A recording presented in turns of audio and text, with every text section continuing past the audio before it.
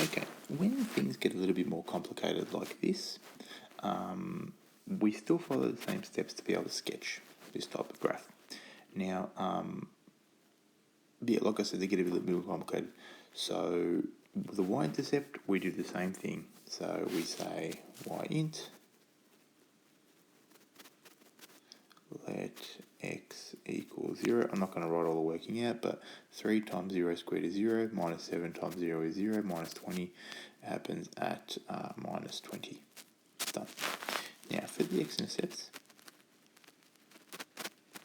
same thing. Let y equal 0. So we say 3x squared minus 7x minus 20 equals 0. So with this, my advice is don't worry about factorising. About 20? Is that the right one? Yeah, 20. Sorry, I was just looking at my example there. If I ever see anything like this and it doesn't tell me to factorise, the question does not tell me to factorise, it tells me to sketch, I use this thing called the quadratic formula. And the quadratic formula looks like this. X equals negative b plus or minus the square root of b squared minus 4ac over 2a, where a is this, b is this, and c is this. So what I do is I substitute those values into the quadratic equation, and then I get my x-intercepts. So I'm going to do that now. Sorry, I'm going to do this now, and I'm going to do it over here. So I'm going to say, I'll leave it in green because that's what I'm doing. So I'm going to say that x equals negative b, so negative 7 plus or minus the square root of negative 7 squared minus 4 times 3 times negative 20 over 2 times 3. Then from there, we simplify. So we'll have 7, negative gives positive, so 7 plus or minus, I'll draw my square root symbol after. Negative 7 squared is 49. We've got negative 4 times 3, which is 12, times negative 20, which is 120. So plus 120 square root. And so all that goes over 2 times 3, which is 6. Let's move this over a little bit.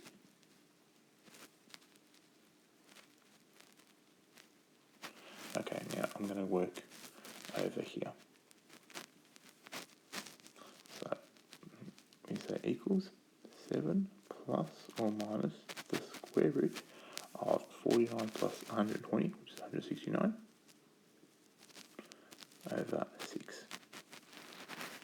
So then we'll say 7 plus or minus, what is the square root of 169?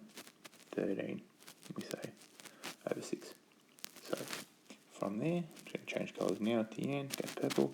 So we're saying that x equals 7 plus 13 over 6, or 7 minus 13 over 6.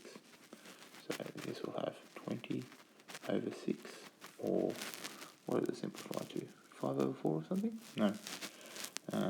Divide them both by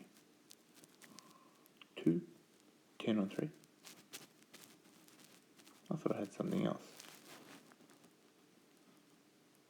I thought I had 5 on 3. Anyhow.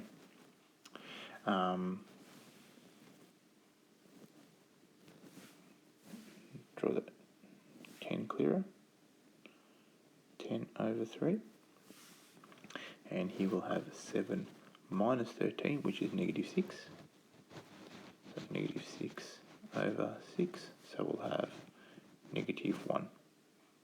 So that's our two x-intercepts. And then once again, the turning point happens halfway between these. So we could sketch that thing. Our y-intercept happens at negative 20. It happens at something like that. So we're here at negative 1. Then we're here at 11 over 3. Then we're here at negative 20. that's how we go about doing that. And then, like I said, halfway between is our x-intercept, our turning point. And we go through that by finding halfway between -1 and 3. -11/3, -10. That's 10. 10/3 and -1, halfway between there. And then we substitute that into the equation to find y. That's the way we go about doing that.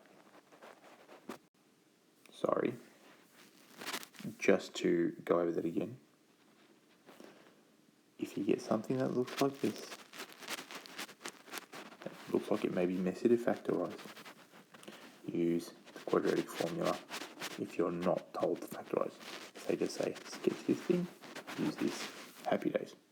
If they say use this and factorise, maybe sad days, but it's still doable.